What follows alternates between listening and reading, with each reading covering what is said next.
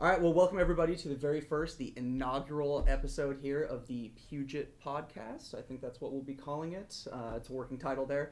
My name is Eric Brown. I'm marketing manager here at Puget Systems, and with me I have John Bach, the president and founder of Puget Systems, as well as Matt Bach, who is the senior labs technician. I do a lot of stuff. Yeah, okay. Yeah. Doer of lots of things. Doer of I think things. either you keep changing your title a lot or we keep changing a lot. I'm not sure which it is. It's hard to come up with good titles. So if you're familiar with us, you might be wondering kind of like why we're doing a podcast right now. Over our kind of 20 years of experience, we do have our 20th birthday coming up next year, right? Mm-hmm. That's exciting. I think we've gained a lot of insight, a lot of perspective, a lot of knowledge. And we haven't done a lot to actually kind of share that out there. We do publish a lot of articles, primarily the work that you're doing. But that tends to be very data-driven and not kind of general and have perspective behind it, I guess. And so I'm hoping that the podcast here kind of fills that void. If you have no idea who we are, you might be wondering why the hell you should be listening to us. So John, I'm actually going to have you kind of kick things off here and dive into kind of what Puget Systems does and how did it all start? How did we get here? Yeah, okay. So, I mean, we are, at our core, we're a manufacturer of workstations. And we focus on workstations for content creation, engineering, and scientific computing. Now, how it got here, I'll give the short answer. So we've been in business 19 years now. I started the business while in college, and it was kind of just born out of like I was the tech kid that could do this kind of thing, and let's see what kind of living I could make out of it. And so at that time, it was a lot more like I'd build anything you want, a true like custom computer provider. And I don't know, I have a lot of fond memories back in those days. We do a lot of home computers, a lot of gaming computers, and over time, like we gravitated more towards the professional end. And how did that evolution happen, I guess, going from primarily serving kind of that enthusiast industry and then now here we are kind of in the professional industry? How did that evolution happen? Yeah. And why did it happen? Well, I like to say like when we were doing gaming PCs, we were always the most boring gaming PC provider. So we always gravitated more towards like we always cared more about reliability and performance than we did about like the flashiness of it. And so we always kind of made those types of decisions with that in mind. Like when it came to overclocking, we wouldn't overclock. We wouldn't prefer to overclock because we knew that diminished the reliability of the computer, and that was more important to us than eking out a few more percent performance in certain applications. So so that was like built into that was at our core, and that attracted a certain type of user. It was customers that were more mission-focused, that had a job to get done. And so we felt that pull over towards the workstation end of things. And it was really in about 2008, 2009, during that economy downturn, that caused us to search a little bit more for like, okay, what is it that we really bring uniquely into the market? And really found our calling with workstations for those specific applications. And boy, it's been like a lot more challenging, a lot more fun, because now we're building workstations that have this purpose behind it, and we get to be part of a bigger purpose than just like putting together a computer. Because I'm putting together a computer, it's Legos, anybody can do that. But like solving a problem is Sure. more exciting, it's more fulfilling, it's more sustainable as a business. So yeah, I think we always had it in us that was what it was most important to us, but it wasn't until around 10 years ago that it really clicked and we realized like, okay, that's our mission. Now we know what we're going after. And so it's cool. It's cool now that we have that as like a very defined focus of the company. Absolutely. So Matt, you've been kind of essential. I talked a little bit earlier about the publications that you work on. And so you've been kind of essential to this evolution of the company moving more toward kind of a professional focus. Do you want to talk a little bit about what your role is now? Sure. So, I mean, I guess even just going back a little bit of the history. So I've been with the company for a long time. Not the full 19 years, but I think like 17. Back when John was my older brother, picked on me and everything. But not really. But so I've been here a long time, and I did a lot of production stuff for a long time. But yeah, it was around that 2008, 2009 time is when we launched our labs department. And it's changed a lot over the years. I think when we launched it, we weren't really quite sure what we wanted it to be. And it started off like we were doing hardware reviews and publishing those reviews. And it was a lot of the same stuff that there's a bunch of people already doing it. There's like Tom's Hardware and Nantech, and they do terrific jobs. So I think we kind of realized like we don't really need to be doing this. We're just rehashing the same stuff that they're doing, only they're doing better. Yep. So we then pivoted the role of labs into being more, okay, well, let's cover the things that they are not covering. They're looking at performance and gaming things, or synthetic benchmarks that are out there, like PC Mark or Geekbench, which are great benchmarks, but they're generic. And so we took on, like, okay, well, we know our customers are using these applications like Premiere Pro or DaVinci Resolve or Photoshop. Let's actually see how this hardware works in those applications, in the real world. And we've discovered just over the years that it's vastly different than gaming or synthetic benchmarks. So that was kind of the start of the current iteration of labs, is how does the hardware actually work with the software that people are using? And even past that, it's been changing and growing, especially over the last couple of years, because we're starting to find more and more that, like John mentioned before, like, we're not just hardware manufacturer anymore, we're like a solution provider, and that comes, there's a lot more that goes into that than just hardware. That, yeah, so now Labs is also taking on the role of going to shows. Like, we're going to Adobe Max very soon, and my whole role there going is not to help with the booth that we have, it's to go there and learn, like, what are people actually doing, where is the industry going, what headaches are people dealing with now. Right now it's a lot of things like, well, what is going to be changed by AI, or what is being affected by GPU acceleration. And so it's figuring out all those things so that we as a company have a direction of, where is the industry going, and also just like internally disseminating all that knowledge. Like, our sales guys need to know, what's happening, what's going on, what are people's frustrations. Same thing with like support. They need to know, what issues do people run into? How can they fix those issues?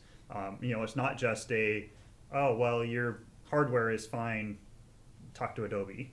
It's, no, okay, your hardware is fine, it looks like this is your problem, we've seen this before, we think these couple of things are ways to mitigate the issue or get around the issue until it's officially fixed by whoever. And we still report those bugs, but here's a workaround.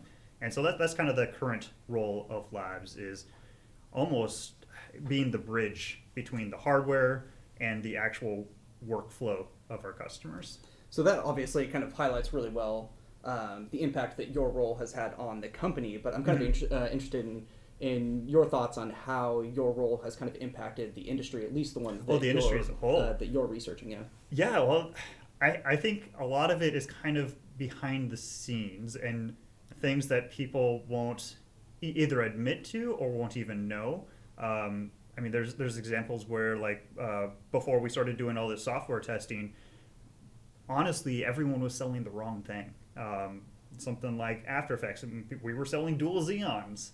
And, like, okay, that was true, or that was good years and years and years ago, but as things have changed, CPUs have higher core counts, the software has changed, like GPU acceleration has become a part.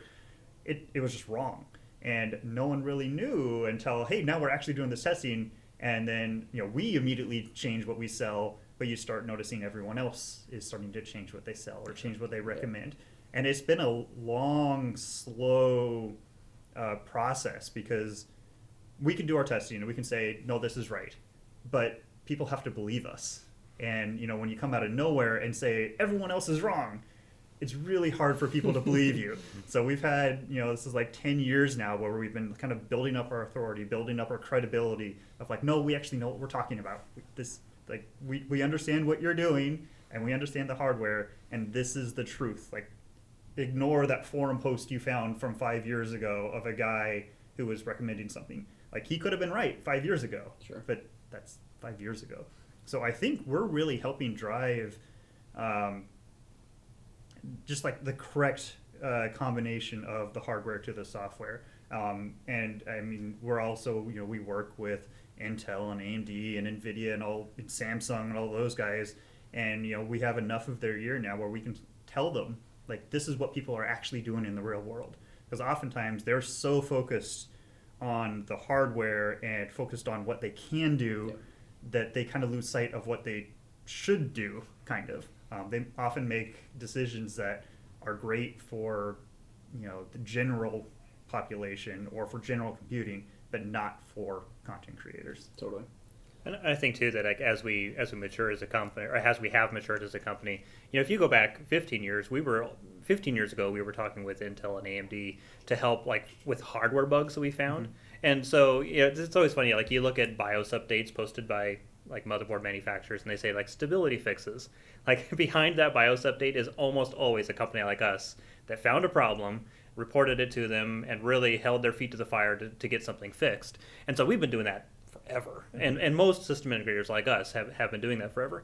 But now that we're taking more advocacy for the solution, like now it's more than just the hardware. Now it's like the software and how the software interacts with the hardware. And so we have to have conversations with Intel and Adobe and Microsoft or anyone who will listen, because all these things have to come together and actually work. And that's actually really challenging because it's almost easy to solve a hardware problem and it's easy to solve a software bug, but it's really hard when you have all these guys pointing fingers at each other saying, it's a hardware issue, that's a software issue. Like we're the ones in the middle trying to be air traffic control on all that. Yeah, and I mean, sometimes it's not even a bug. It's just the way that things work, and then trying to help them find whatever workaround there is. I mean, we've dealt with even issues recently with, I don't know if I want to get into specifics, but we dealt with issues where it's like the hardware and the software is just not quite talking right. And oftentimes, what we especially run into is that these problems don't exist on lower end machines or like laptops. It's not until you get to like really high core count CPUs or really powerful video cards that these issues start to crop up. And that's not the majority of their users. So I mean, I'll just pick on Adobe because we're going to Adobe Max, but but this is true for anyone out there. Like they have the things that they're trying to do. They're trying to get in new features. They're trying to fix old bugs, and it's really hard for them to prioritize little issues that only apply to 1% of their users, or even less oftentimes, because so many people, they do graphic design on laptops or MacBooks, and that's not a $5,000 computer, but when someone buys a $5,000 computer, you want it to work like a $5,000 computer. So it's a hard thing for us to, or for everyone really, and it's not the fault of any one person. It's just there's a lot going on for everybody. Yeah, and you could also argue that the software vendors, the ISVs, like they don't have the access to hardware that you do. That's true. So that makes it much more difficult for them. Yeah. I mean, we often hear that we have this problem. They're like, well, it doesn't work on this system from 3 years ago, or like it doesn't happen on this system from 3 years ago, and it's like, well, okay, that's a system from 3 years ago. Yeah. So I mean, there's a lot of things that I think people are starting to try to do to solve that. I mean, we're even taking part. We have a couple of projects that we're hoping will work, where maybe we can actually get them better access to that more up-to-date hardware, and we'll see how all that stuff goes. But that's another role that we can kind of play. And when we're being this bridge between the software and the hardware, how can we help them talk to each other and talk with end users, right, or understand end users? So Matt, you had kind of brought up a couple of things earlier. You had brought up AI. You had brought up kind of GPU acceleration. So John, I kind of want to pivot over to you. Maybe it's one of those things, or is there anything else that you're seeing happen kind of in our industry right now that you think will have impact long term to the industry? Yeah, well, I think things like GPU acceleration and even AI those are all things the industry has gone through before. Like you go back 10 years and we had single core processors that then went to multi-core, and like all the developers had to change all their codes and now take advantage of multi-threading. And then we kind of went on for a while. And by the way, like many of them still haven't even done that.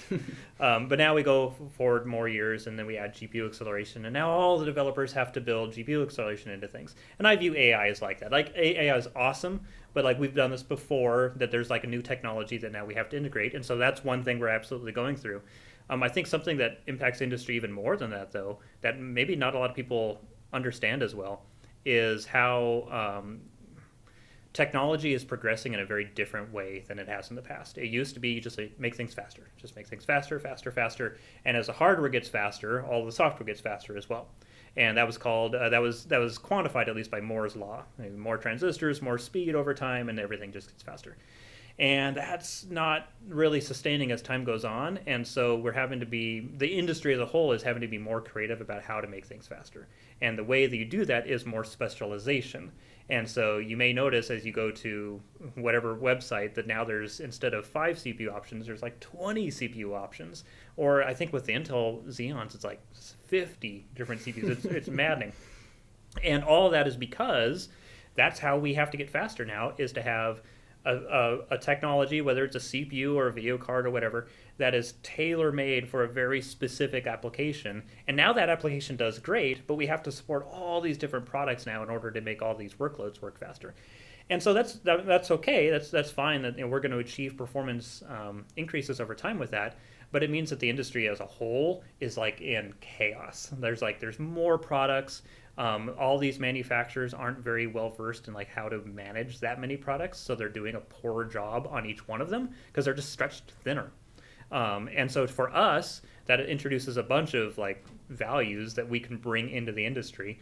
One is help the industry make sure all these products work, because now they're supporting 5 times as many parts as they were in the past. But also because specialization is now the way that you get a faster computer. It's not just like spend more money and it'll be faster. Like those days are over. Right. You have to buy the right thing. And so now you need an advocate industry that knows your workflow, that then can tell you like what the right specialized tool is for your job. And that's where, what Matt was saying earlier, if you go to the forum posts from 5 years ago, it was always, buy the dual Xeon. Because in the past, it was just like, if you spend more money, you get faster hardware. Faster hardware means faster software. Right. And that's just not true anymore. What do you think about kind of expanding on that whole specialization thing? I know there's a lot of talk about ASICs or FPGAs, which getting pretty technical. But yeah. Diving a little in the weeds here. Yeah, getting a little bit into the weeds. But that kind of stuff is very specialized hardware. Mm-hmm. Like if there's any video editors listening, it'd be like the Rocket X card from Red that like accelerates red footage decoding, or like I think Apple's coming out with one for ProRes with the new Mac Pro. And that's kind of an example of an ASIC where it's a specialized piece of hardware that is only one thing. Do you think we're going to start seeing more of those? I think the more that we have this like fragmentation, the more that opportunities will come up for that. Because right now, like a processor or a video card, or it's like a Swiss Army knife, but it's like really good at one thing, and then it's like not so great, but it can do other things. And an ASIC is like to the extreme. It only can do that one thing. You like try to ask an ASIC to like play music, no, it can't. So yeah, I mean it's opening up more opportunity where like economically it's more feasible, but I still think the ASICs are only going to come into play for like a very specific application. But like something like AI is one of those applications. Mm-hmm. Well, and we're seeing that now is being integrated onto the video cards. Like the RTX cards from NVIDIA have tensor cores, which are specialized for AI. Which is basically, I mean, it's kind of like an ASIC-like approach, right? It's specialized hardware. Well, and I guess they already have, also video cards have like built-in H.264 decoding built in. Or like your phone has a specialized chip that just does that. So you can play videos on your phone. So yeah, I suppose we're already there. It's just how much of that is going to be coming to the consumer. Yeah, and it's always a question of cost, really. It costs a certain amount to implement specialized hardware. Is it worth that cost? Mm-hmm. So I guess I have the same question that I had, or I guess diving deeper into the question that I have for John, is like specifically for the industries that you're researching, do you see any trends that are kind of going to have a big impact, I guess, on specifically, say, the content creation industry? Yeah, absolutely. And I think a lot of them are not hardware-based. Hardware's a factor, but it's not going to be stuff that like we're going to be able to tackle directly as a hardware manufacturer. We already mentioned AI a couple of times. That is definitely a huge thing in the content creation space because it's already starting to take over some people's jobs. You have, people who... That could probably be a whole episode of its own. It could be an entire thing. Absolutely. But what we're starting to see is that, or what we expect to see, is that AI is going to be taking on a lot of the more mundane things, the boring things, the things that you're just like, you have an intern or someone a little bit lower level who's doing all this stuff, like tagging your footage and organizing things, and maybe even like subtitles soon will be able to be fully handled by AI, way better than it has been handled by existing software. And then we're just going to have to kind of see where that stuff ends? Like, does it take on those really annoying things and that just frees up everyone to spend more time on the creative side, would be awesome? Or are we going to start seeing that it's even going to start encroaching on the creative stuff where it's actually doing some of those things? Have we seen that happening at all? Oh yeah. There's definitely there's a few trailers, movie trailers that were fully cut by AI. There was a commercial in Japan. I think this was at SIGGRAPH or NAB. They were showing it. It was a commercial in Japan where AI actually fully did all of like storyboarding and planning for the commercial. Wow. And it was actually shot by normal people, but basically the AI did the whole planning, and it was compared against something that was made by an actual professional, or designed by a professional. And at the end, they asked people, like, which one do you prefer? And it was like a 50-50 split. Wow. So and we're just going to have to see, like, at what point is it no longer valuable content because it was made by a computer? It's kind of like furniture, I guess. Like, you can buy the mass manufactured furniture and it's like, yeah, it's okay, it kind of does the job, you can sit on it. Or you can get the really nicely made, handmade, solid wood chair, and like, yeah, it's a chair, it's still a chair. Sure. It's doing a specific thing, but it's way higher quality, it's better, you can actually enjoy it more. And I think some of that is going to be, I don't know exactly what it's going to do, because of like the sheer amount of content that people will be able to put out with that kind of thing. Like, we're already like almost overwhelmed with how much content there is out there. I mean, YouTube, I don't even want to know how many minutes of footage there is put out there every minute of real time. It's always there's like a new stupid. podcast popping up every day. Weird. Yeah, exactly. What kind of video would do that?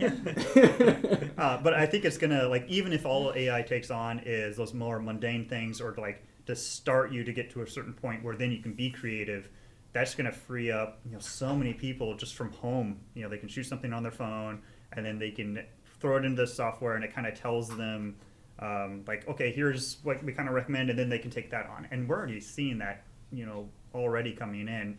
And so I think that's one thing with the industry that's going to be very interesting to see, is how all this new stuff just floods people's phones, or what people are looking at. And that one, I think people are going to really have to figure out. It's not going to affect like Hollywood films.